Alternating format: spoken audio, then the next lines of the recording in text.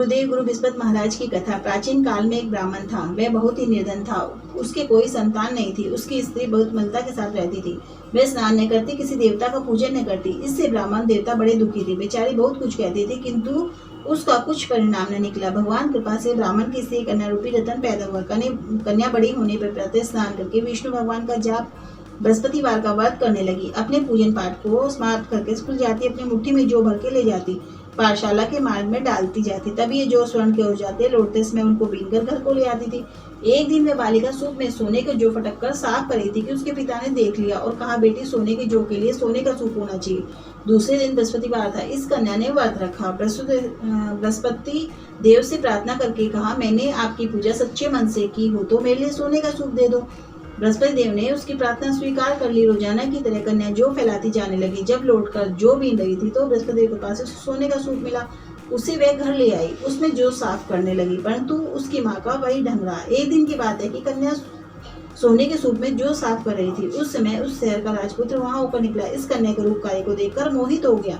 अपने घर आकर भोजन जलताकर उदास होकर लेट गया। राजा को जब इस बात का पता लगा, प्रधानमंत्री के साथ उसके पास गए। बोले, बेटा, तुम्हें किस बात का कष्ट है? किसी ने अपमान किया है अथवा कारण हो सो वो कहो। मैं वही कार्य करूंगा जिससे तुम्हें प्रसन्नता हो। अपने पिता की राजकुमार ने बातें सुनी। बोला, मुझे आपके पास से किसी बात का दुख नहीं है और किसी ने मेरा अपमान नहीं किया है, परंतु मैं उस लड़की से विवाह करना चाहता हूँ जो सोने के सूप में जो साफ कर रही थी। यह सुनकर राजा आश्चर्य में पड़ा। बोला, बेटा, इस तरह कन्या का पता तुम ही लगाओ, मैं इसके साथ तुम्हारा विवाह अवश्य करवा दूंगा। राजकुमार ने उस लड़की के घर का पता बतलाया। तब मंत्री उस लड़की के घर गए। ब्राह्मण देवता को सभी हाल बतलाया। ब्राह्मण देवता राजकुमार के साथ अपनी कन्या का विवाह करने को तैयार हो गए। विधि विधान के अनुसार ब्राह्मण की कन्या का विवाह राजकुमार के साथ हो गया। कन्या के घर से जाते ही पहले की बात थी, उस ब्राह्मण देवता घर में गरीबी का निवास हो गया।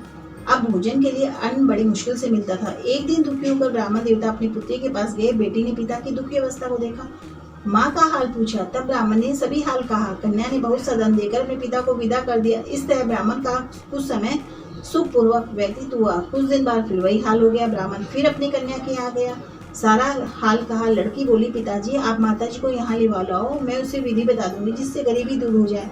ब्राह्मण देवता अपनी स्त्री को साथ लेकर अपनी माँ को समझाने ब्राह्मण देवता अपनी स्त्री को लेकर पहुंचे और अपनी माँ को समझाने लगी, हे माँ, तुम प्रातःकाल प्रथम स्नान आदि करके विष्णु भगवान का पूजन करो, जिससे सब दरिद्रता दूर हो जाएगी। परंतु उसकी माँ ने एक भी बात नहीं मानी और प्रातःकाल उठकर अपनी पुत्री के बच्चों की जोटन को खा लिया। इससे उसकी पुत्री को बहुत गुस्सा आया। एक रात कोठी सभी सामान निकाल दिया, अपनी माँ को उसमें बंद कर दिया। प्रातःकाल उसे निकाला, स्नान आदि करवा के पाठ करवाया। उसकी माँ की बुद्धि ठीक हो गई। प्रत्येक बृहस्पतिवार को व्रत रखने लगी। व्रत के प्रभाव से उसके माँ बाप धनवान और पुत्रवान हो गए। बृहस्पति देव के प्रभाव से इस लोक के सुख को भोगकर स्वर्ग को प्राप्त हुए। बोलो विष्णु भगवान की जय। गुरुदेव गुरु बृहस्पति महाराज की जय हो। जय।